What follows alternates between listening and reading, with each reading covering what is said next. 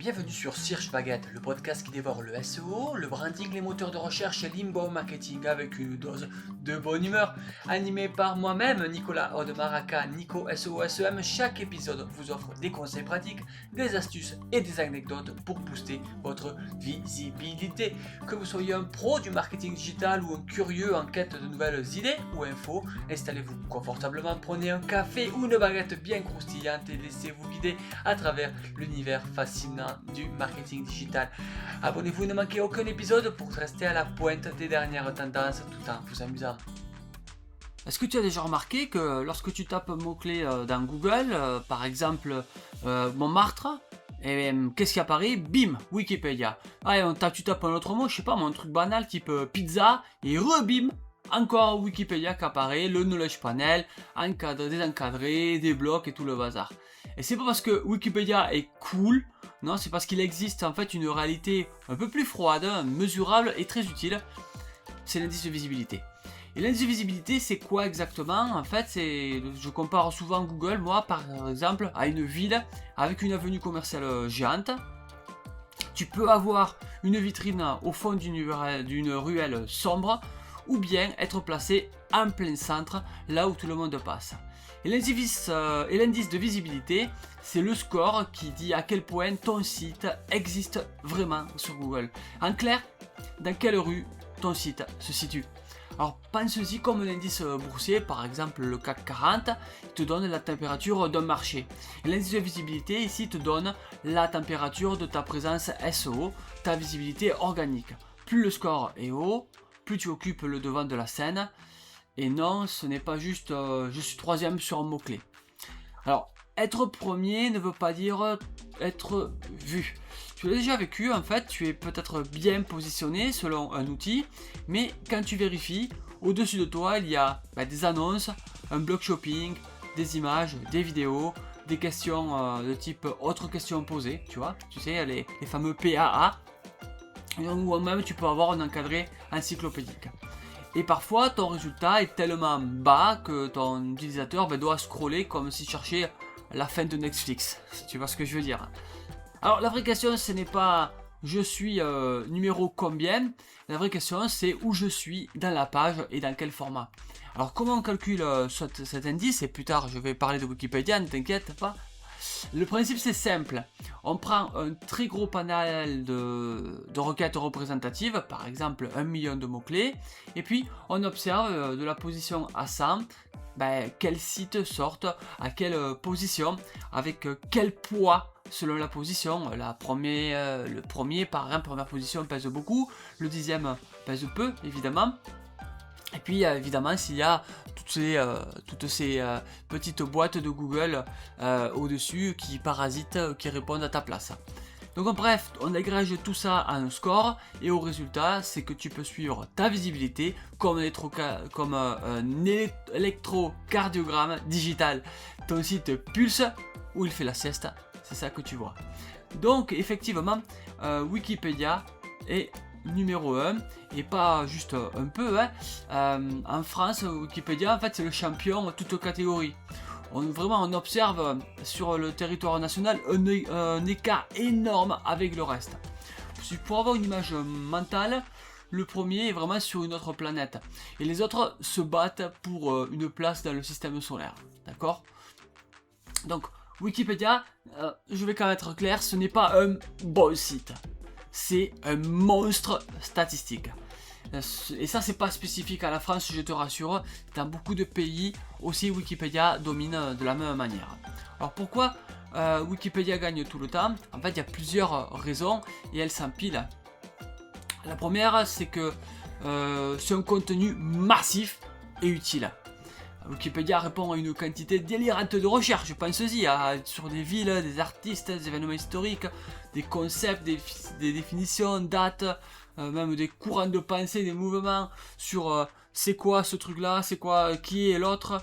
Enfin, en gros, Wikipédia est partout où il y a de l'intention de recherche know, ou know simple même, c'est-à-dire de la recherche informationnelle. Ça, c'est la première raison. la seconde raison, c'est le ton neutre non commercial. Et ça, Google adore. Il adore les contenus qui ne cherchent pas à vendre un grille-pain au milieu d'une définition. Wikipédia ne force à rien. Ça rassure et ça stabilise. Troisième raison, c'est qu'il a une structure ultra propre. Titre, section, sommaire, logique, c'est carré, c'est tout le temps répété de la même manière. Tu peux ne pas aimer Wikipédia, mais techniquement, tu peux l'avouer, c'est propre. Puis, quatrième raison, c'est une grosse force, c'est qu'il y a une mise à jour permanente. Il y a chaque jour des milliers et des milliers et des milliers de pages qui bougent tout le temps. C'est en fait, c'est vivant. Donc Google repasse, recrolle, réévalue et puis voilà, tiens, c'est encore aussi bien. Et c'est frais, donc c'est intéressant. Et puis, cinquième raison que je détacherai, c'est qu'ils ont un maillage interne délirant. Une page renvoie à 10 autres, tu cliques, tu restes, tu te perds, tu reviens, tu replonges. C'est un supra-labyrinthe super bien huilé. Hein. Bref, pour conclure, c'est que Wikipédia, en fait, il coche toutes les cases du bon élève Google, et depuis longtemps, sans pause, un peu comme un athlète olympique qui s'entraînerait depuis 20 ans, 30 ans. Alors ce que ça signifie pour ta marque à toi, qui a peut-être une boîte ou une marque personnelle, eh bien, je vais être direct. Si tu fais du e-commerce, te battre contre Wikipédia est souvent une perte de temps. Wikipédia ne vend pas, toi si. Alors tu gagneras pas sur une requête, sur une meilleure définition qu'eux, désolé. Et si tu deviens visible sur une requête purement informationnelle, tu risques d'attirer un trafic qui n'achète pas. Pire, l'utilisateur va sur Wikipédia, clique sur trois liens internes et il t'a oublié. Le seul vrai intérêt d'une page Wikipédia, c'est rarement le business. Alors, ça peut, en fait, si l'idée derrière, c'est la question, c'est est-ce que ça vaut le coup d'avoir une page Wikipédia pour toi et se dire tiens, je vais avoir une page un petit peu parasite de ma boîte. Non, encore une fois, pour la même raison.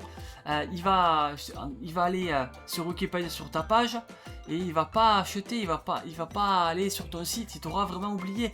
Et si tu veux, oui, ça peut t'aider pour certaines raisons bien particulières.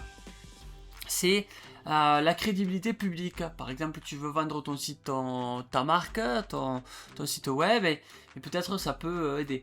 C'est un peu aussi le truc de la street credibility, tu vois, ou plutôt la wiki credibility. Ça peut t'aider pour ça. Ça peut rassurer certains profils, les investisseurs, comme je te disais, ou des journalistes. Mais si ton objectif, c'est d'avoir des leads, des ventes, des demandes de devis, et bien ton terrain de jeu c'est pas ça du tout, ouais, c'est pas Wikipédia, parce que c'est toi ce qu'il faut faire, c'est surtout aller chercher les intentions transactionnelles, faire du comparatif, des guides pratiques orientés décision, des pages catégories, des pages produits, du contenu qui aide à choisir, pas à définir.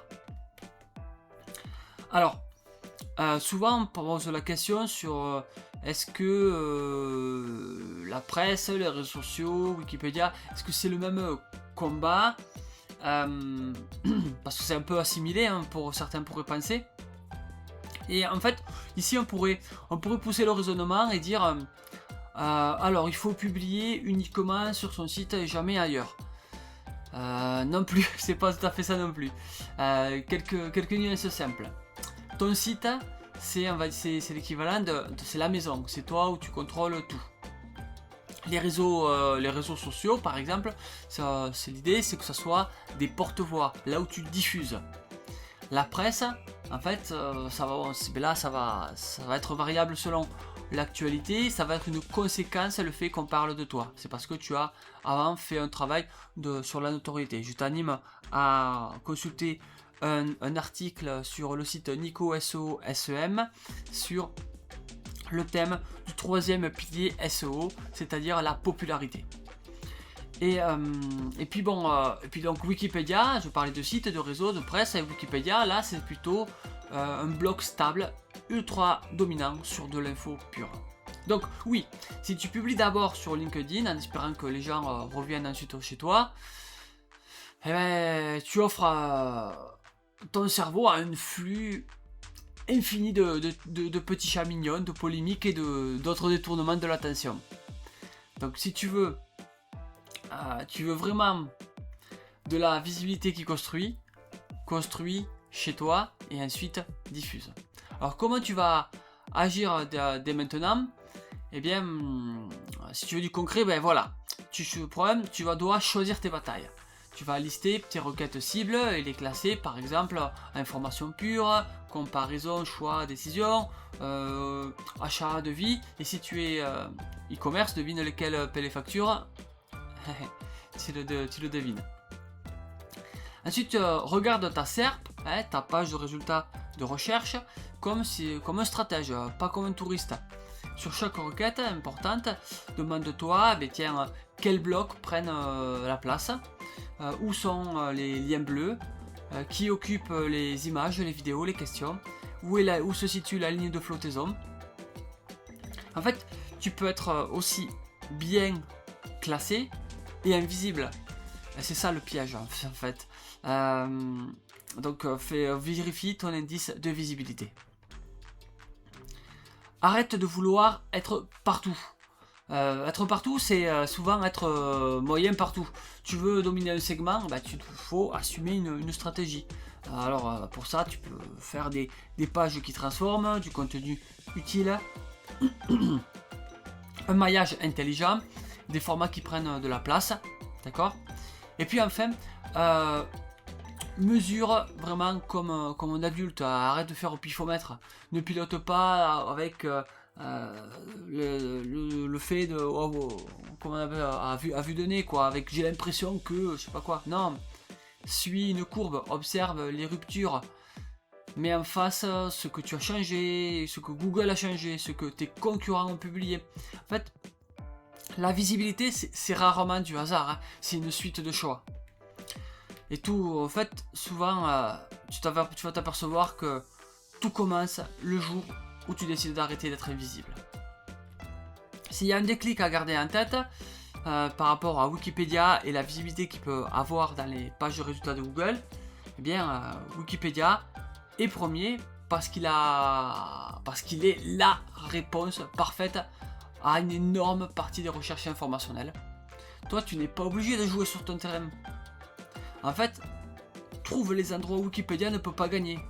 Sur l'intention d'achat, la comparaison, l'expertise pratique, le retour d'expérience, l'épreuve, le produit d'essai. Enfin, il y a vraiment beaucoup d'éléments sur lesquels tu peux avoir de la visibilité, la mesurer contre Wikipédia.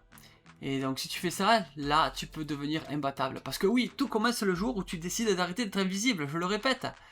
Si tu veux que je t'explique quoi faire dans ton cas, eh bien, tu te vas sur nicosem.com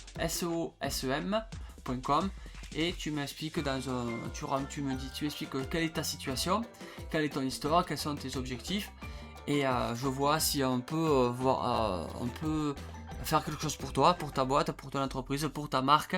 On prend 20 minutes ensemble et si c'est possible de faire quelque chose, on en parle ensemble. Allez, à plus, prends soin de toi, à la prochaine. Et voilà, c'est déjà la fin de cet épisode. J'espère que tu as pris autant de plaisir à l'écouter que j'ai eu à le préparer. Si tu as aimé, n'hésite pas à le partager. Cet épisode, vas-y, sois généreux. Partage-le avec tes amis, avec tes collègues, même ta famille, même si elle ne comprend pas tout ce que tu lui dis quand tu lui parles. En tout cas, laisse-moi un commentaire pour me dire ce que tu en as pensé. Ça peut m'aider à m'améliorer et à t'offrir du contenu plus pertinent. Bien sûr, abonne-toi et laisse un petit like, ça fait toujours plaisir et ça aide le podcast à se faire connaître. Allez, on se retrouve très vite pour un nouvel épisode de Cherche Baguette qui sera toujours pareil, plein de conseils, d'astuces et de bonne humeur. À bientôt, prenez soin de vous, prenez soin de toi et de ce que tu aimes. Allez, ciao ciao, à plus.